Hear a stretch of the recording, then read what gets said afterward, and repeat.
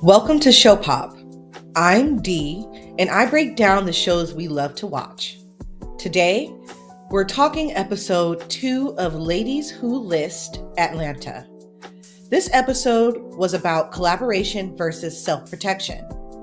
Almost every scene revolved around women who say they want community, collaboration, or support, but whose past experiences have taught them to protect themselves first.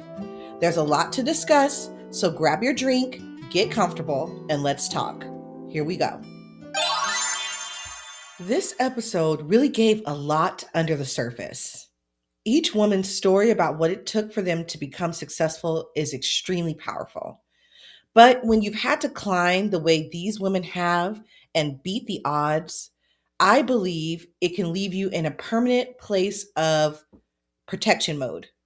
And that's what I feel like we're seeing it with this group of women. Okay, let's get into it. Let's start with Tiffany.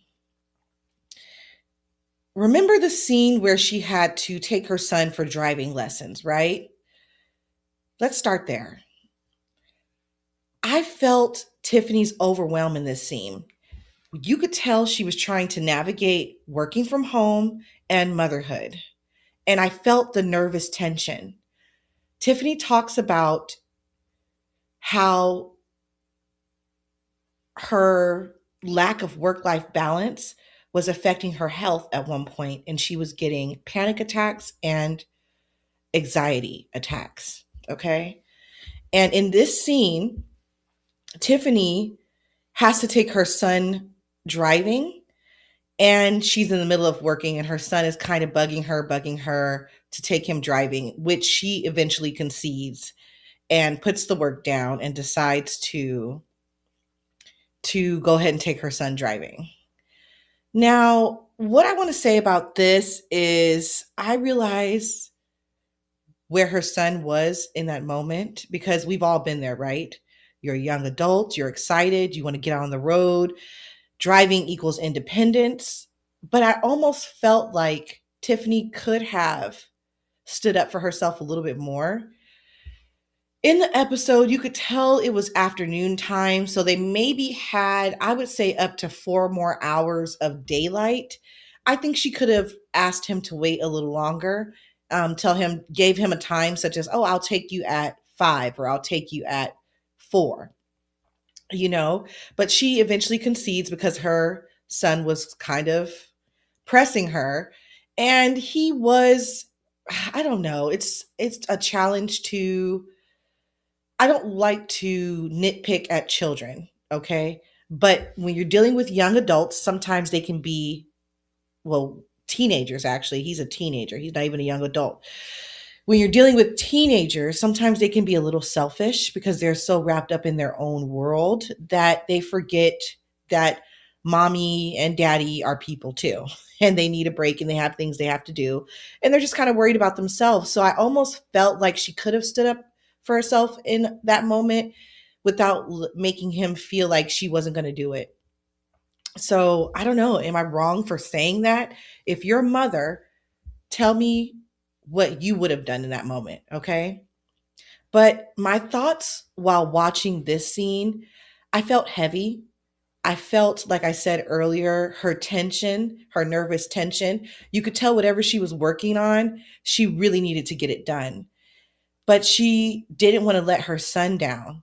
And all I kept thinking to myself is, I hope she finds a way to find balance because when you're stretched that thin for extended periods of time, it can have an extremely hard effect on your mind, body, and spirit. And it sounds like her body was already giving her warning signs when she talked about how she would have panic attacks and anxiety attacks. And she kind of had to get her village involved, her family and friends and everything like that to help her get through that difficult time. So I hope she doesn't find herself in that position again. In the same scene, Tiffany and her husband, Jeff, are celebrating 13 years of marriage, which is fabulous, right? So they celebrate with their friends, Tiana and her husband, Arnold. And at dinner, Tiffany tells Arnold and her husband, Jeff, about Robin's proposal about the women's business. And she talks about how she's skeptical about it and that she doesn't trust everyone. And that's when she gets into her and Tiffany, excuse me, she is Tiffany, her and Crystyl's history in her confessional. Okay, so let's talk about that. Cristyl said that, or excuse me, Tiffany said that Cristyl suggested that Tiffany shift all her business during her pregnancy with her third child to her as a way to take the load off of Tiffany. But Tiffany felt the motive from Cristyl was about business and it wasn't coming from a friendly or supportive place. Tiffany talks about how she didn't go to school all these years and she didn't, work so hard to have her own business to become someone's employee again. So she did not take Crystyl's offer. Now, see, I have questions about that because how did Tiffany know, or what did she feel in that moment that made her feel that Crystyl's proposal wasn't genuine? Was it intuition? Was it the numbers? Or was it the fact that Cristyl simply suggested switching all of Tiffany's clients over to her, which makes me wonder, is that unreasonable in the line of work that they do? Now, if I'm going to generalize, I would say that probably is unreasonable in most businesses, which then I can understand. But I don't understand what it means to be a realtor attorney. I forget, the brokerage attorney. I think that's what they're called, brokerage attorney. I don't understand what that means. I don't know anything about that line of work. So I don't know if that's unreasonable to ask. But in most businesses, it would. And then therefore, I could understand where Tiffany was coming from. But I almost wish, since they know that the audience isn't necessarily going to be other realtors, only other realtors watching you or people in that industry, I sort of wish that both the women, or excuse me, not both women, most of the women or all of the women could go in detail to help us understand a little bit better, or production would have asked questions to clarify for the audience because we don't know what some of this stuff means, right? Same thing when I'm going to talk about Quiana later on. But if I'm going to assume, I could see why she would find that an odd request or an odd proposal if it was indeed how I'm thinking, which is, oh, don't worry, I'll handle all your business and you just worry about being a baby. Yeah, I mean, being a baby. Oh my gosh, you guys. I got plenty of rest last night about being a mother. So that is where I find the contradiction if I'm just going off of Crystyl's words. Because if we just go off what Cristyl said and we don't know anything else about the business or the aspects, and if you're a realtor and you happen to be watching this or you have been in realty spaces or real estate spaces, let us know in the comments if that's a common thing, or if you're run around people that are real estate attorneys or brokerage attorneys, let us know because I would love to get some clarification, some clarity on it. But if we're going based on just what Cristyl said in this scene, she does contradict herself because she said that Cristyl proposed that she would take care of the business side of things so Tiffany could focus on being a mom. And then in the same breath says Crystyl's proposal was not because she cared. That doesn't make sense. You just said that she said she would take care of things so you could go be a mom, go be a mother, go focus on motherhood.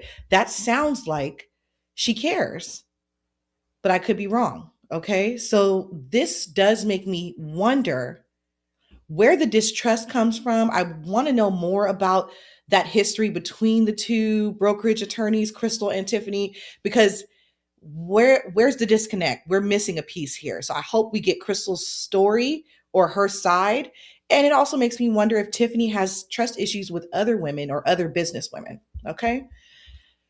Let's move on to Quiana.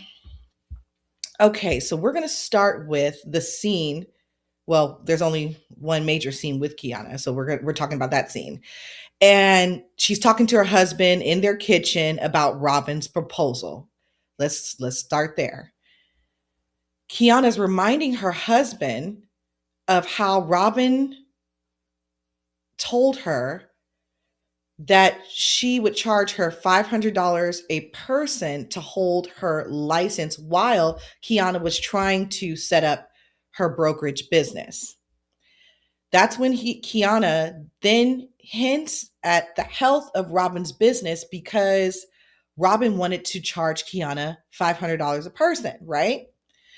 And Quiana felt that Robin would do this for her for free. That's what I was getting from that scene.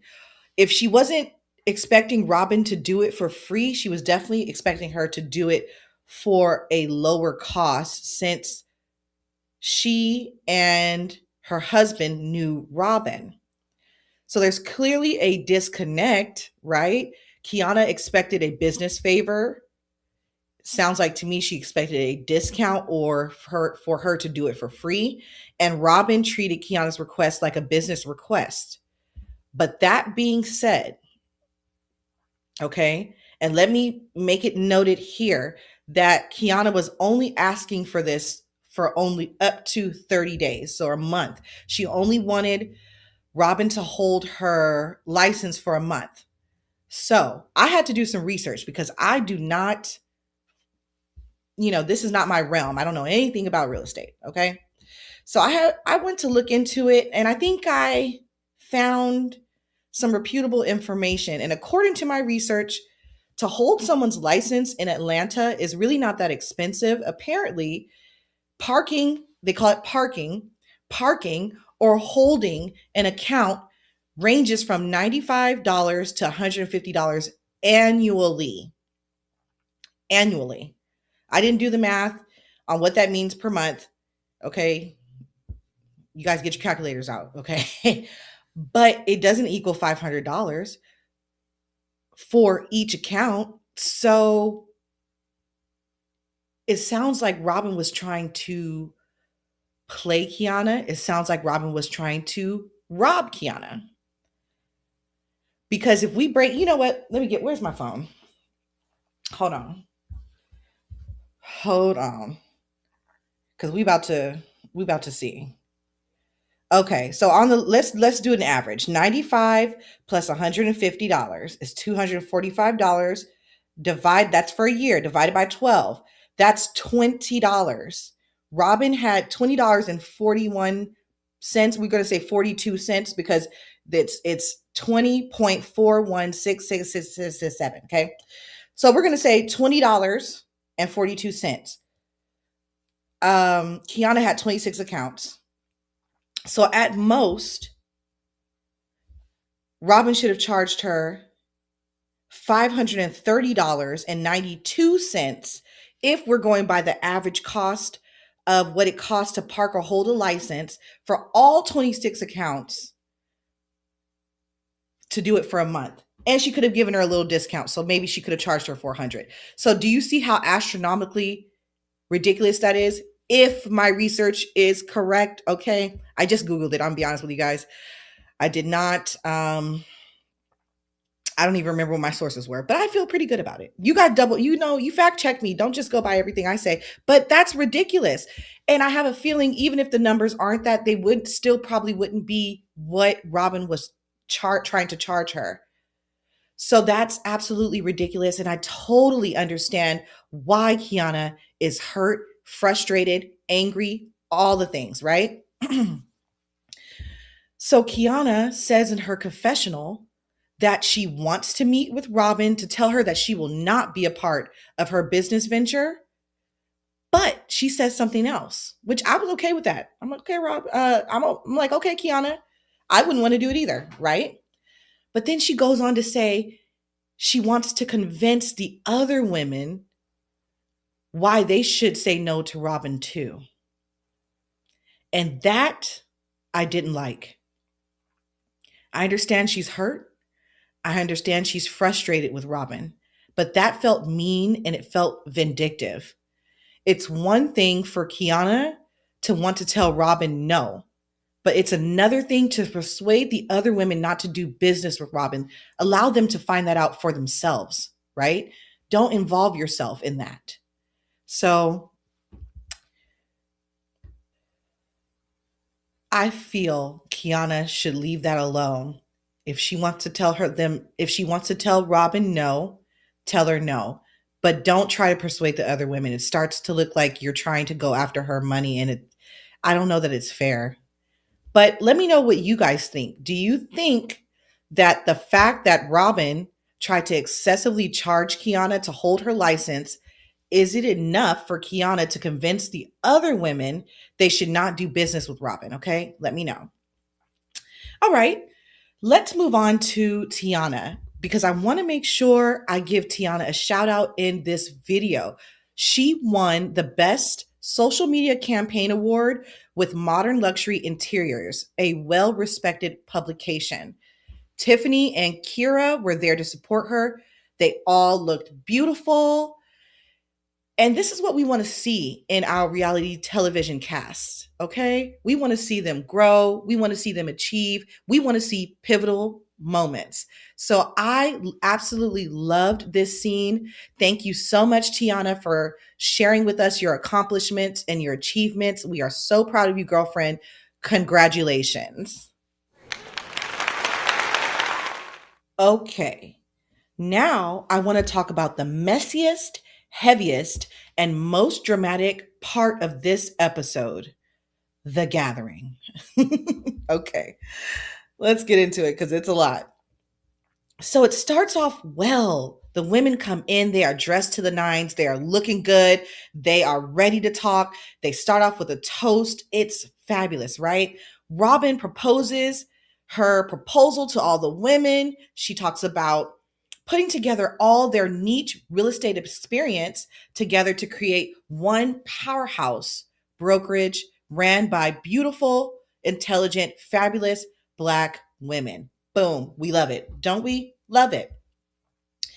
Some of the ladies are nodding their heads. They appear interested. They're listening. And then that's when Quiana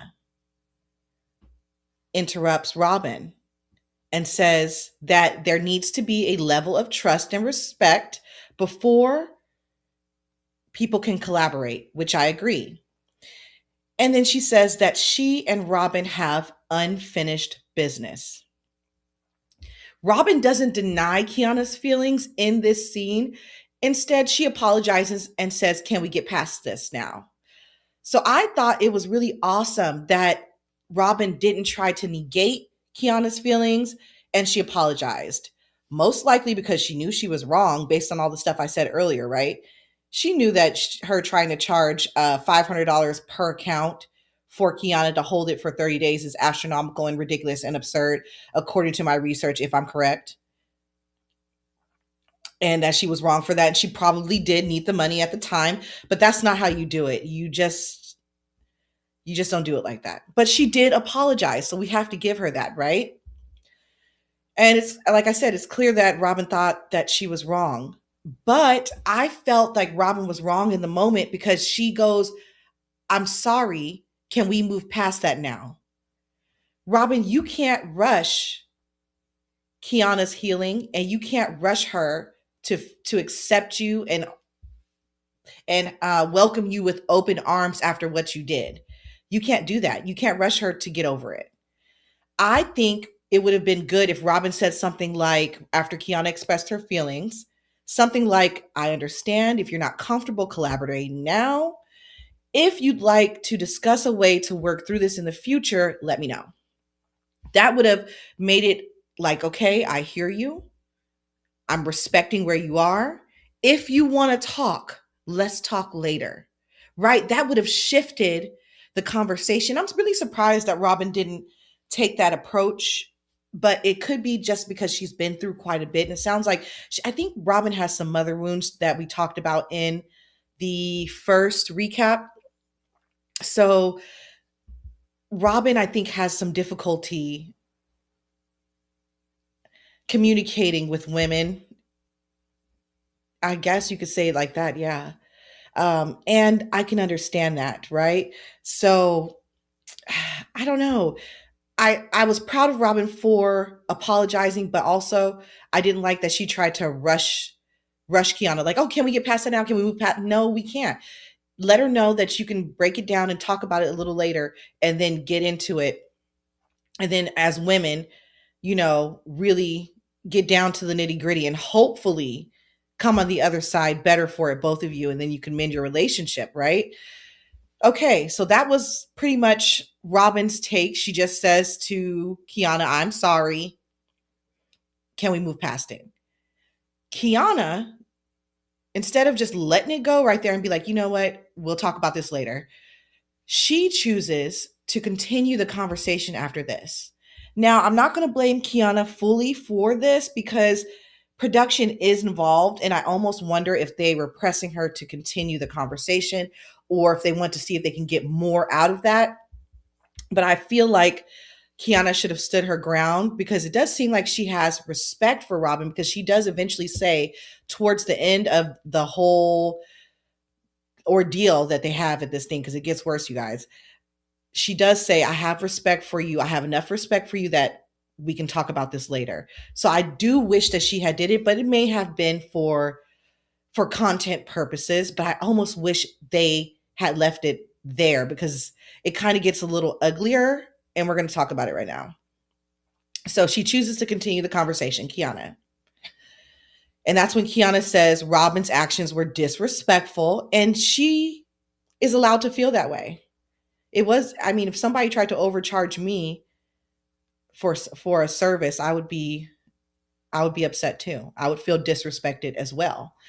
And that's where Robin, because Quiana continued to have the conversation, she starts talking about the place that she was in mentally and how she didn't have capacity to think of others at the time. Now, mind you, Robin has already apologized.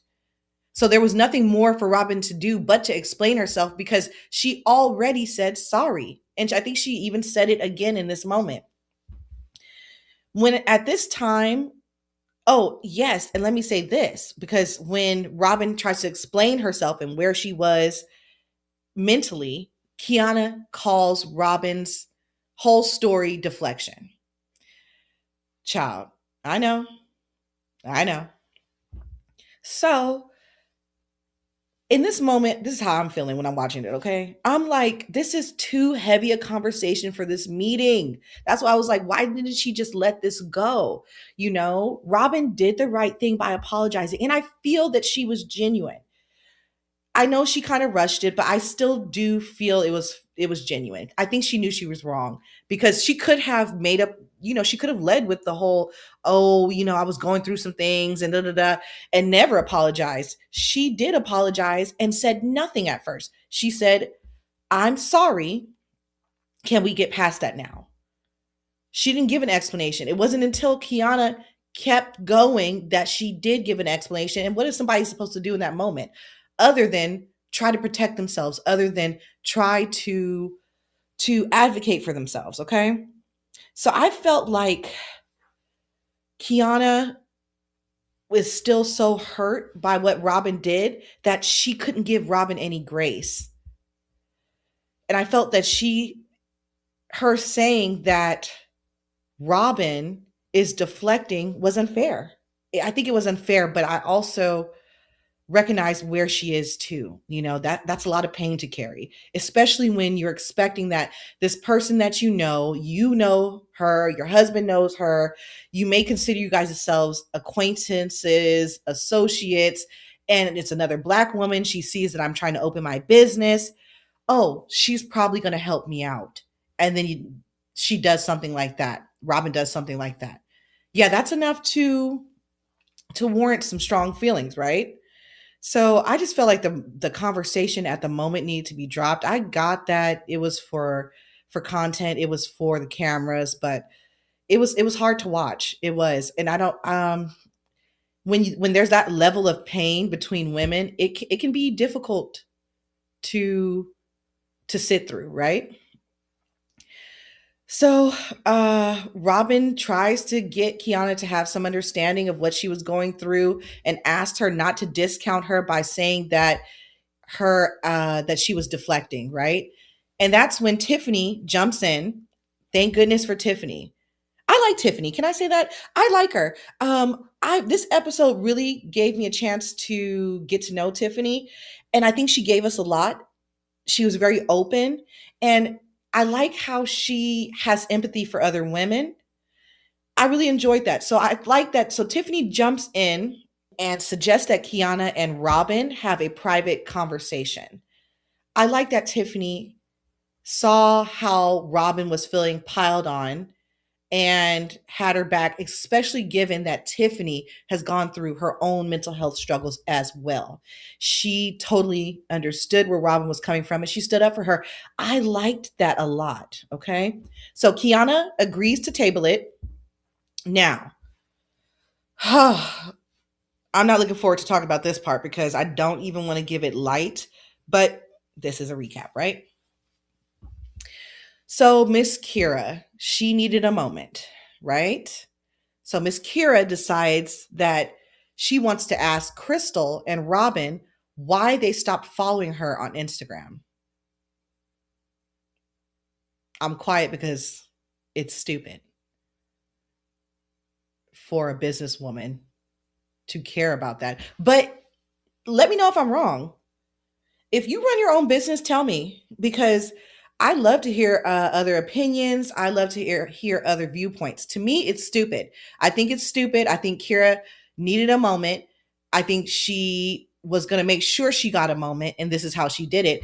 But I thought it was silly, stupid, irrelevant, and the way that she degraded the entire scene and just like made it be like just this low freaking, how do you say, low vibrational, low IQ, just all that stuff. I mean, she just brought it down to a different level. The whole thing with Quiana and Robin, that was different. That was still a high level of professionalism and respect. We saw it, and it was a genuine thing between women over business. This right here about Instagram, girl, who cares? Like, what? Let me get into it. You know what? Let me stop. So she asked Cristyl and Robin why they stopped following her on Instagram. Robin says to Kira that she didn't do anything and it wasn't personal. So you would think after that it's done, right? No, of course. Miss Kira had to keep on going. And she expresses her concern that older female agents can sometimes find the younger ones like her intimidating. That's what I got from all the stuff that she was trying to say. I'm just summing it up to that. And that's when Robin gets out of her seat. Y'all, Robin got out of her seat, honey, pull her dress down, kind of like, you know how when you pull your dress down to make sure it's right before you get to walking on and you kind of rub yourself down, child. Ooh, child. That's what she did. It was so funny. Trying to show her Kira what older looks like. Like, baby, who old? Old where? You know what I mean? It was really funny. And that's when Kira, she keeps harping on older, older, older. Yeah, older, older, older. Oh my God, it's so tired and old. Like, oh, you know, Kira needs to learn one thing. Being older is not a read. And if Kira's lucky, she better hope she's doing as well and looks as good as Robin when she gets to that age. You know, we all age. So I hope she remembers this when she's Robin age and hopefully she doesn't get the disrespect from someone that is her age now talking to her like that. You know, if I were to be a fly on the wall, or not a fly on the wall, let's just say if I were to like whisper, if I was to whisper something into Robin's ear in this whole scene, the thing I would tell her is, you don't want Kira on your team. This is not somebody you want to be a part of this. Absolutely not. She has no respect. She doesn't have any respect for Robin as a woman. She doesn't respect what she's built. And she doesn't respect that Robin is part of the reason why she's able to do what she's doing now. Oh, I said it. Yes, I did. Yes, I did. I know some people are not going to agree with me on that, but I do not care. I wouldn't be here doing these things if somebody didn't pave the way for me to be doing what I'm doing here on YouTube, right? I feel the same way for all aspects of what I do. Somebody had to sacrifice and work, do the hard thing so that I could do it too. I believe Robin is one of those people. Kira doesn't see that. She doesn't see that other women have paved the way, other women like Robin have paved the way so that she can be successful. Real estate is a male dominated and white male dominated industry. They talk about it in this episode, specifically Tiana's scene. So these older women that you're making fun of, they were in the game well before you, fighting for their life, fighting for respect. And this is how you treat them. No, ma'am. Robin, that's not somebody you want to do business with, you know? And we've all seen in this little clip scene here with Kira that ageism is real, even in the real estate industry, right? So moving on, Kira decides to call Robin a fan and says that she will shit on Robin. Says that Robin goes on her Instagram, likes all her stuff, but acts like an op in person, which I don't think is accurate because I don't think that Robin was acting like the opposition in this moment. And you know what? I don't even want to talk about Kira anymore. I don't want to give her any more light. I felt like what she was saying, her actions, her behavior was disgusting. It was disgusting behavior. It was disgusting. She had a disgusting attitude. It was disgusting how she was carrying herself, and she calls herself a professional. So that's that. So to kind of move through the scene to get through, because I want to talk about what happened with Cristyl and Robin. So after that, Robin has some back and forth with Kira, and that's when Cristyl gets up and walks over to Robin. In that moment, I was thinking, Cristyl, sit your stupid ass down. Sit down. What the hell are you getting out of your seat for? You are not Robin's mother. Oh, child. So it just gets worse. Cristyl, I want to like her so bad, but she does things sometimes over these just in this scene, in the last episode I watched, that I'm just like, oh my gosh, just want to shake her. Like, what is wrong with you? What are you trying to do? Okay. So that's when Robin tells Cristyl to go and sit back down. And she tells Cristyl that you didn't say anything to Kira when Kira said she would shit on me. And I completely stand with Robin. Cristyl was flip-flopping that entire freaking scene. Go back and watch it if you don't know what I'm talking about.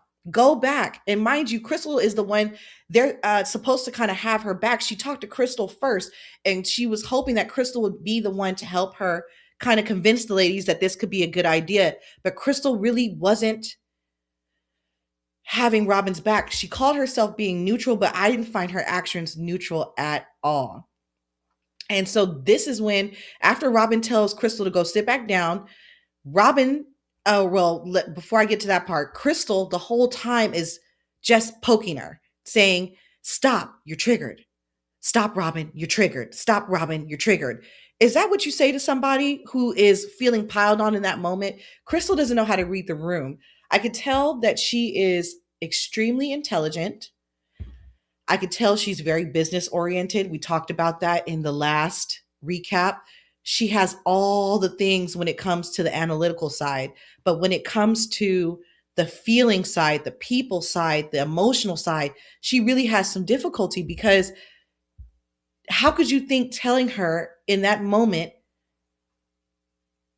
was, especially using words like triggered, how could you really think that that was helpful? There's no way. I can't understand it.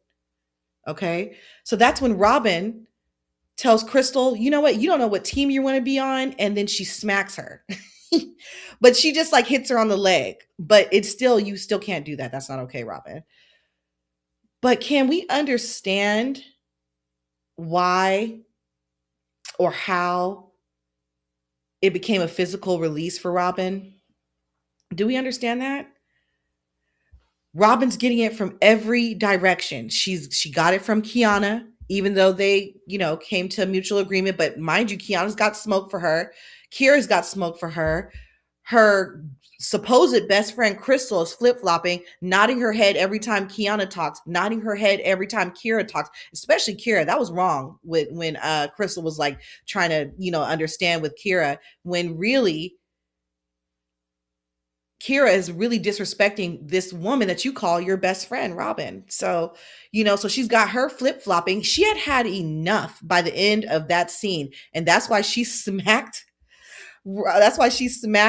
Cristyl and then said to her, "You want me to show you how I act when I'm triggered? You want me to show you?" It's not funny. It really isn't. It's just, it was really entertaining, but I felt I felt Robin's pain. I'm just really good at just like putting myself in people's shoes. I felt her pain. I don't condone her actions, but I felt her pain. Someone who's been through the things that she says she's been through, that had to be a tough moment. And I can see why it turned into a physical release on Cristyl in that moment, because Cristyl was the one she felt the most betrayed by, So, child, the whole thing was a mess. I was hoping for the best, and I was expecting some tension, but not to this level. So, what did y'all think? Okay, let me know in the comments. All right.